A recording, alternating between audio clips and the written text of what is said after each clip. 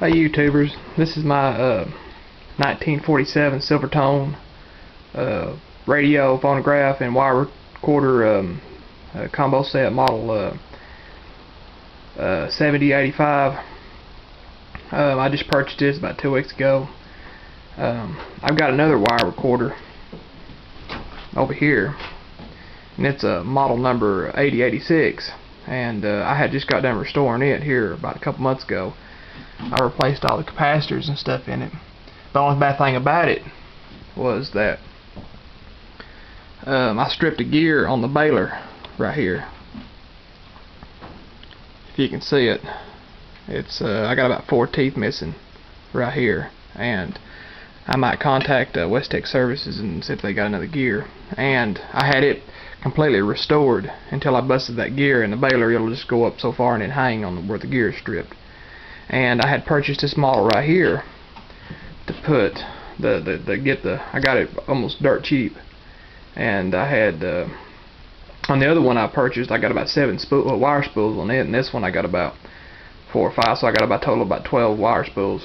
And I was going to take the parts off this and the gear and put it on the other machine, but the gear was different. The gear was the same, but the shaft was a different diameter. So, but this one right here works so good that I thought I'd keep it and just get my gear from somewhere else, and decided to restore this one.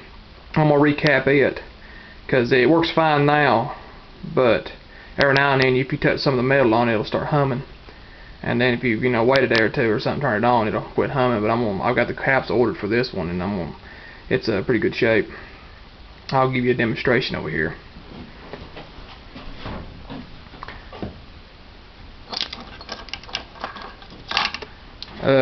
I made this recording because I don't see that many Silvertones on YouTube. I see most of the Webster. Most of the wire recorders you see on YouTube are usually the Webster models.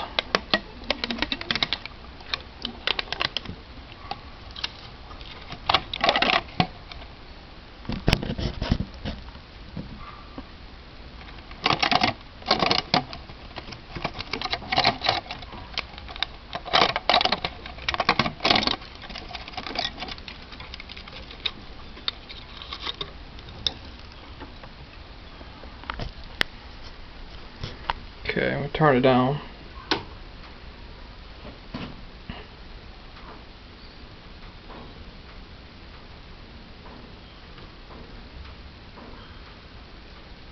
Wait for the tubes to warm up.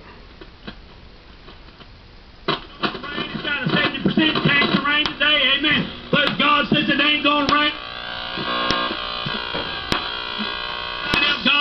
That's a WSDQ Dunlap station, 1190. Today's Sunday, so there's preaching going on now.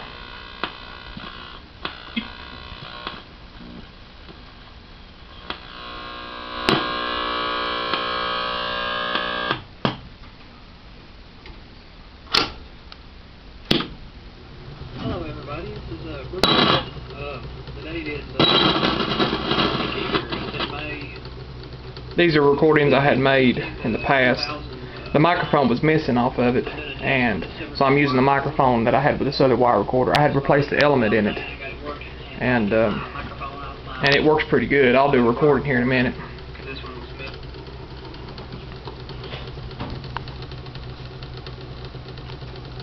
It makes a popping sound on the volume every now and then.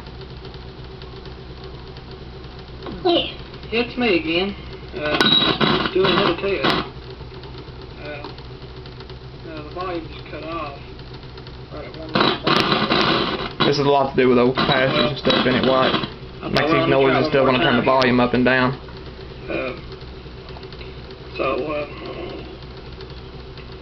Bye.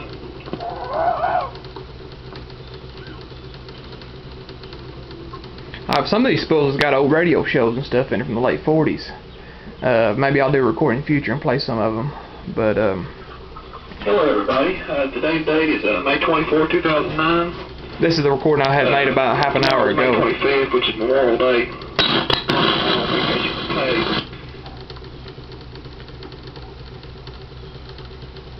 might have to go back and look Tuesday.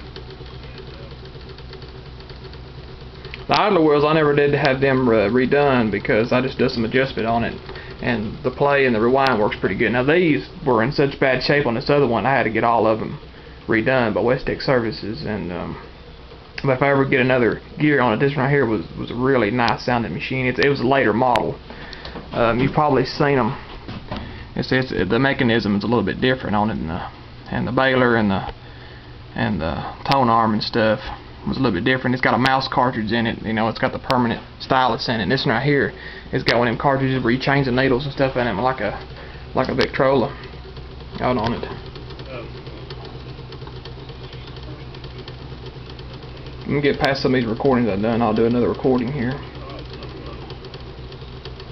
I'm just doing another test.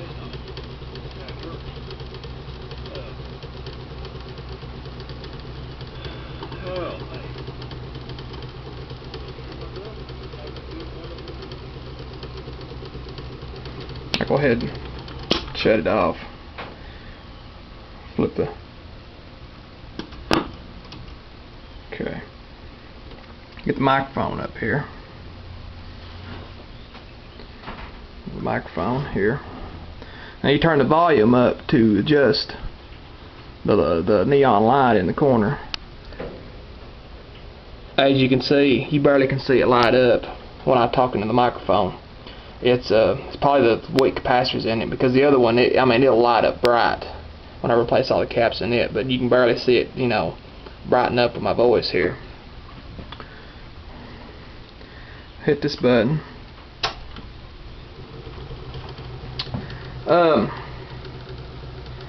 This is another test here I'm recording right now. This Silvertone wire recorder from 1947. And I'll shut it off here and rewind it for you and do a playback.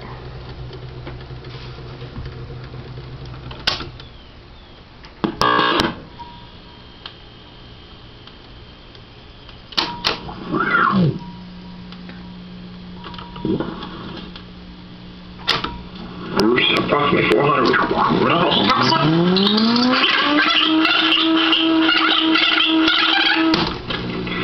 This is another test here I'm recording right now. This Silvertone wire recorder from 1947. It recorded really well. And I'll shut it off here and rewind it for you and do a playback. First, approximately 400 or so. This Go ahead and rewind the whole spool. I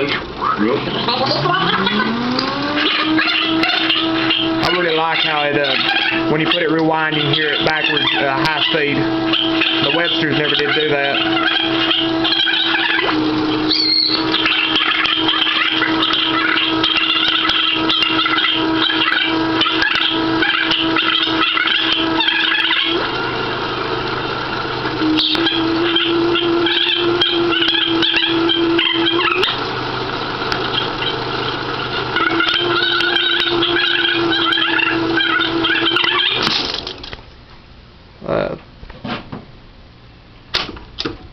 You see, it's got a reset valve. See, when these little plastic leads run through here, it shuts it off when it gets done rewinding.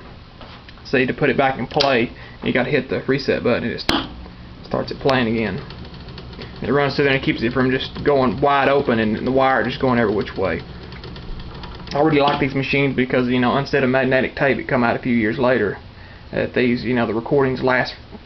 They sound just like they did when they were recorded in the late 40s and stuff. And there's nothing surpassed it as far as, you know, livability. Thanks for watching. Bye.